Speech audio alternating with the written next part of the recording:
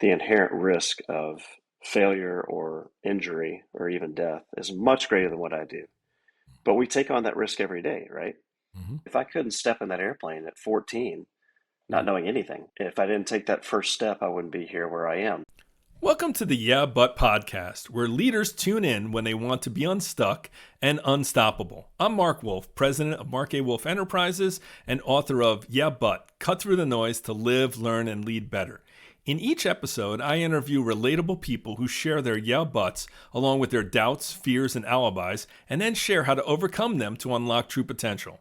Whether it's personal growth, leadership challenges, or simply living with more intention, the Yeah But podcast is all about turning those excuses into actions. So if you're ready to stop being held back and start moving forward, you're in the right place. Let's get started.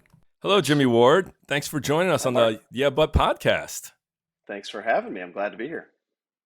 Jimmy, I want to tell people what you do. You would expect that some people that have your occupation would be interested. His grandfather was a pilot in the United States Air Force and instilled a passion for aviation in his grandchildren and family by teaching him how to fly. His natural talent and unwavering dedication propelled him to new heights, literally. After completing his training and obtaining his license, Jimmy embarked on a career as a commercial pilot. He's a captain, and his expertise extended beyond a single aircraft as he became proficient in flying three different commercial airliners. And what I think is even interesting that's not even on his bio is that Jimmy works and tests planes to make sure they're actually functioning correctly. That's an extended part of his job, is to make sure that all the parts and all the updates and everything else to get them back in service, to put them in the desert when they actually have to go and go offline. And that's just part of your job in addition to Mhm. flying back and forth. And you have loved flying for as long as I've known you. There's not a time I don't hang around you where you're not looking up and looking at a plane or wondering about that. So, Jimmy, That's tell us a true. little bit about this passion for flying and how it ties into you being so structured and organized. Well, the passion did start a couple generations ago with my grandfather. I was always enamored as a kid listening to him speak about his combat experience as a aircraft commander in a B-24 in the 8th Air Force in World War II, to be able to survive 31 missions in the war as an aircraft commander and see other crew members killed in action, and to be in action because he did all these things that were so noble and courageous. And I want to be like that. And he passed these traits down to my dad. And he's a pilot as well. So he taught me, he was my instructor most of my way through my ratings. It's a great story. And I've seen pictures of you with your dad. I think one of the yeah buts you mentioned was, yeah, but it's not safe, it's risky. You're an airline pilot. So tell me about this it's not safe thing. There's an inherent risk in flying an airplane, or some people say an aluminum tin can, 600 miles an hour. So, yes, I think risk can also equal reward if stewarded well. The inherent risk of failure or injury or even death is much greater than what I do. But we take on that risk every day, right? Mm-hmm. If I couldn't step in that airplane at 14, not knowing anything, if I didn't take that first step, I wouldn't be here where I am. But so I had to rely on my mentor, my father. So I think a lot of the, yeah, but it's risky needs to be just contained. Like, yes, it is. I'm not going to live in fear of that. I'm going to embrace it and learn how to mitigate that risk and learn how to take certain strategies and use my knowledge and use my discernment, much so that it moves down. Everything has inherent risk. It's just how you deal with it and how you mitigate it and how you treat it. Is it something that you're going to be fearful of and just cave? Or are you going to embrace that and say, yeah, it's risky, but the rewards are great and I'm going to do Mm-hmm. this? Thank you for that, Jimmy. We Mhm. talk about in the book about not doing something actually is a risk as well, That's right. because there's an obligation to do things. Sometimes you're gifted with some things that not doing it or ignoring it actually could put you in a worse position. And people forget that. They only think of risk as attempting something, and they That's correct. forget that not attempting something. So it's interesting that you know that statistically flying is safer than driving a car, but people don't even walk around their car to see if anything's even sticking out of the side of their That's right. tire. So Jimmy, so when you look at risk, right, how do you discern, like, just overall, how to move forward with something that, you know, generally people consider risky outside your Mhm. profession, just Mhm. overall? Mhm. Yeah. So I think you have to step back and you have to realize what you're looking at, right? And you have to make that decision. Do I cower down and not accept the risk, or do I embrace it and move forward? And you have to make that decision first in your mind of no, this is doable. If it's the risk of me flying from A to B, there are 1,000 threats along the way. Is it weather?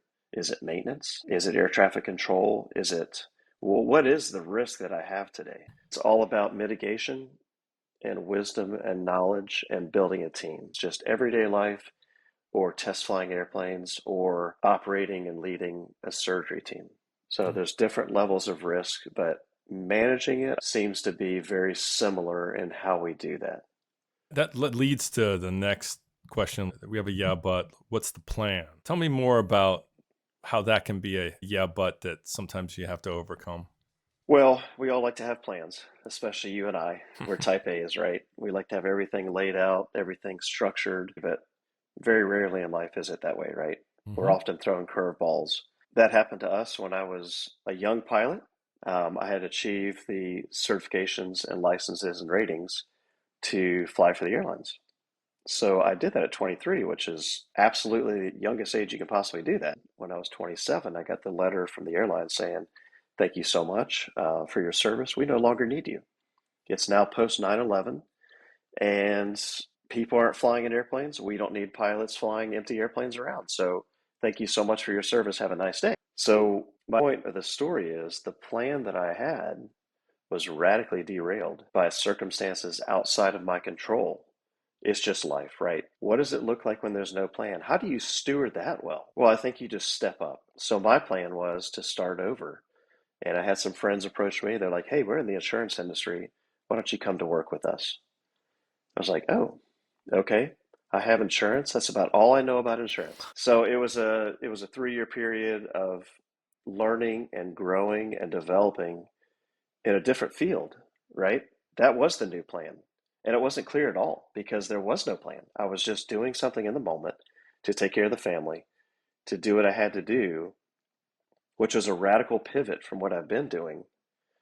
But when you have the chance to do that and you look back 20 years later, I'm just filled with joy and gratitude for the skills that I learned, the people that I met, the way that I was able to grow in these skill sets. When you mention this, career changes, a lot of people have difficulty with career changes, especially at a young age.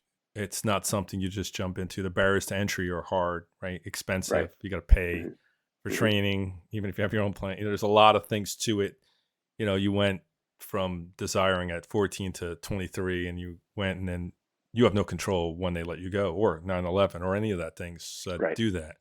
I know you're back obviously in the airline industry again, so obviously Hmm. things Hmm. change for the better. But what advice do you give to somebody who's struggling to develop a clear plan or direction, and they really are planners, and they don't Hmm. handle lack of Hmm. plans really well, and they want everything all scaped out, and they're like, "I'm going to have kids at this age, or I'm going to do this." Not saying that wasn't you, Jimmy, that you might have also had plans, but Right. what kind of advice do you give to those people? I would say hold your plan loosely. Mm, Okay. Know what you want to do and work towards that. As we discussed before, develop your team, right? Develop your mentors. Pull from people who are in the same field, in the same situations, learn from them, and move forward with that plan. You know, pray about it, seek the Lord on that, and go for it. But hold those things loosely, right? Our jobs don't define us. Sometimes, oh, Jimmy, he's the pilot. I am, but I'm a family man. I'm all these other things. mm. My job doesn't define me, but yes, we all have to have jobs. So I would say stick to the plan, right? And be flexible to pivot because sometimes when you're working on that plan, the ultimate end game might pivot. You might get a calling to do something else along those lines. So be wise, use your resources as we've discussed, but hold the plan loosely. It's not the end all be all. Hey there, it's time for a quick break. While we're diving into how to live, learn, and lead better, I wanted to let you in on something I'm really excited about. If you've ever found yourself stuck in the yeah, but cycle, those moments where excuses get in your way of your potential, my new book, Yeah, But Cut Through the Noise to Live, Learn, and Lead Better, is for you. The book is packed with practical strategies, real stories, and actionable advice to help you stop making excuses and start making progress. Whether you're a leader, a learner, or just someone looking to cut through the noise, Yeah But has something for you. And here's the best part. For a limited time, you can grab a chapter for free. Just head over to my website at www.markawolf.com/book to get started. Readers have already said that the perspective and stories guided them to get unstuck and move forward. All right, let's get back to the show and dive into more ways to break through those yeah but moments. Another thing that I think comes up a lot with people, especially men or type A's, or there's certain behavioral traits for people. Mhm. And that's why I give people assessments. It's kind of like supports a lot of times what they're already doing. It gives you data behind it.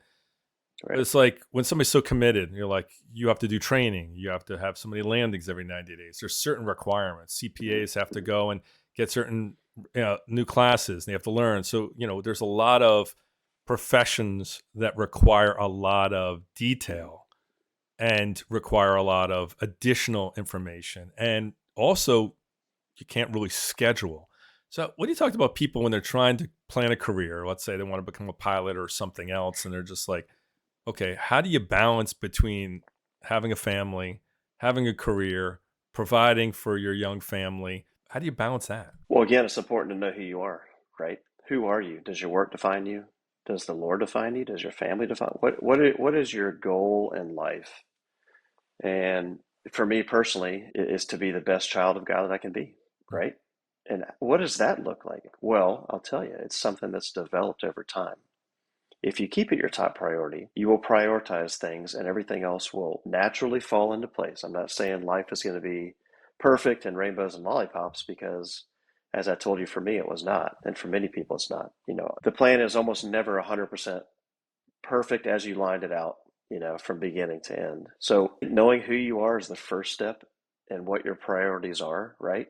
And again, along the way, you may have that feeling of, I really think that I'm supposed to be doing something else. And one example for us was in our early 20s, we were part of a group. I'll just say that. And it was a great group of people that we developed fantastic friendships with. It was great. It just felt wonderful, but something was missing, right? We weren't necessarily growing. We were just in a place of comfort, if you will. But when you're being called to grow and develop and do something else, and I think the Mhm. worst thing you can do is not embrace that. I mean, sure, there's a period of discerning, and we had a lot of yeah buts. Yeah, but we're comfortable, you know? Yeah, but this feels great. Yeah, but how could this be bad? And it wasn't bad. It was just that you're not growing and developing and maturing and reaching your full potential. That's great for vacation. But for life, we're being called to do more than that. So we don't, when we make the decision for the comfort and the ease, we're limited, right? We're limiting ourselves. And I think that can easily seep into family life, relationships, work, because you're in a mindset of just no worries, it's all good, right? Mhm. Let's Mhm. not be people like that. Let's be people that want the challenge, that strive for greatness, that want to be everything that we were created to be. And that's always pays off. It's not always easy, but it always pays off. Yeah, it's a conviction over convenience, right, Jimmy? One of your other yeah buts that you mentioned was what will other people say or think? So tell me about some things that you're like had to overcome that you were concerned that people were going to think, but then you did work through them and you're like, I believe that's not a concern anymore. Right. So let's go back to the previous example, leaving this group of comfort and Mhm. just wonderful friendship, which is always great. But in order to grow, you have to be challenged, right? And you have to be set apart from your comfort zone. And it's going to hurt a little bit. But in the end, it's your life. And you have a decision to make. Every day we have decisions to make. There's a lot of people out there, Jimmy, that aren't where you are today, right? This didn't happen overnight, right? And Mhm. you credit a lot of this to your upbringing and just your family fed into you and spent that. But unfortunately, for a lot of different reasons, that's not the case for a lot of people. They don't know what their career is at 14, Mhm. right? And they Mhm. don't have a family support system. How do you create that daily habit or practice or what gets you over the hump when you didn't have something that was there to go and be able to reinforce it? What do you do to be able to help make that happen? For me, I draw on the Lord. When I don't know what to do, I ask Him and I ask for direction. and I'm in a constant relationship with him, right? To be in a relationship, just like our friendship, right? You have to talk and express feelings and express thoughts, but you also have to listen. It's a two-way street. You can't have a relationship without those two things. You have to be a good listener and a good communicator. And yes, we went through some very difficult times where we didn't know, right? Because my plan was derailed. It was just a huge benefit and a blessing that I knew what I wanted to do at 14, but that was gone at 23 or 27. So knowing that that was my passion and that was what I was called to do, is to be a pilot, I just had no doubt in my mind. Everybody has a passion to do something. You may not have discovered it yet, but again, by being in a relationship with people, having deep, meaningful conversations, you're going to find what that passion is. The Lord didn't create us to go through life alone. He created us to be around other people. So surround yourself with people that can build you up in your faith life, in your family, in your work, or whatever situation you find yourself in. Until you actually get to live it out, it still seems like a mystery, right? So anyone that Yes, doesn't yet yes, understand what a career could feel like they love, right? So let's just yes, expand it even beyond faith, right? It's like if you don't know what it's like and you see other people, you sometimes excuse it out to say, well, that's just them, right? It's because mm, of their gender, or it's because of where they grew mm, up, or it's because mm. of their family. That all may be true. The thing is that not one way is for people to find a career, right? There's not just one way for them to find a spouse and be able to stay married. It's a culmination of a lot of different things. But That's right. one of the things I talk about a lot is the yeah buts, which is like we can excuse our way just like you could have and been like, well, I guess my career's over. I guess it just was done. And instead you persevere. That's the thing I want to make sure people understand, is that there's a lot of reasons we can give or yeah buts Mm, to go and mm. say why things don't happen, why they don't happen for you, what could change, why it doesn't change. And maybe if we turn it and we change the perspective, it's going to be more of, well, what happens if it's possible? What happens if I Mhm. cared less about what people thought and more about what I think about myself? What happens Right. if I go and I don't have a plan, but I have part of a plan? And what Hmm. happens if I go until I fail? And then how much further did I get because I at least started it? Right. So Right. each Right. kind of conversation we have with ourselves is so important for people to understand. It's like, oh, maybe I'm just looking at it upside down. Maybe if I just Right. change the way I looked at it. And you know what? Along this process, there's going to be failures, right? Hmm. And those aren't bad, right? They hurt in the moment. My plan failed, but it was for a very good reason, right? Through those 3 years of not having a job, the humility piece was allowed to grow inside of me. And right up to that 2.5 year mark, my prayers were like, Lord, I don't care. You've allowed me to do everything that I wanted to do in flying. If you just want to pull me out, that's fine. Just show me where you want me to be. And once I had that heart change and the realization of that humility come into my life, I think the Lord was like, see, that's exactly what I wanted for you. Hmm. And it wasn't literally weeks after that where I was able to get another flying job and move back into the path that He had for me. So, having the right perspective, holding your plans loosely, pulling in from advisors and people full of wisdom will take you a long way. The worst thing we could do is just be hermits and not go out in the world. Well, Jimmy, thank you for taking the time. Was there any questions or any closing comments that you have? I don't, just very happy for you in this book. I'm excited to see it all come together and can't wait to read it. I appreciate it. And in the show Yeah. notes, we'll have ways for people to reach out to you if they have other questions, because that's the thing about these conversations, Jimmy. You never know how people are going to be like, I can't believe he's telling my story, right? Like, this is Right. what I've lived through, even though I'm not a pilot.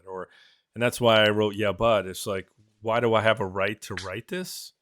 Hmm. I don't, but I've been called to, because even though I'm not an author, I look at this and say I have a story. And then sometimes there's other people that's exactly what they needed to hear, because it's bigger than you or I, Jimmy, right? It's who 100%. we are. It's because of who we Yes. were made and why we were Hmm. sent. Hmm. So That's why thank you. there's millions and billions of us here, right? To glean from, not just a few of us. That's true. Jimmy, Yeah. thanks so much for your time, and I appreciate your answers and insight. Thank you, Mark. Thank you for listening to the Yeah But podcast. If today's episode provided valuable perspective on how to overcome the excuses that can hold you back, let us know in the comments. Remember, it's not about the yeah buts. It's about finding ways to live, learn, and lead better every day. If you enjoyed this episode, be sure to subscribe, leave a review, and share it with someone who could use a little kick to get past their yeah buts. And don't forget to follow us on Spotify or Apple Podcasts. And for even more tips, connect with me at marcawolf.com/podcast or on LinkedIn. Until next time, keep challenging those excuses and keep moving forward.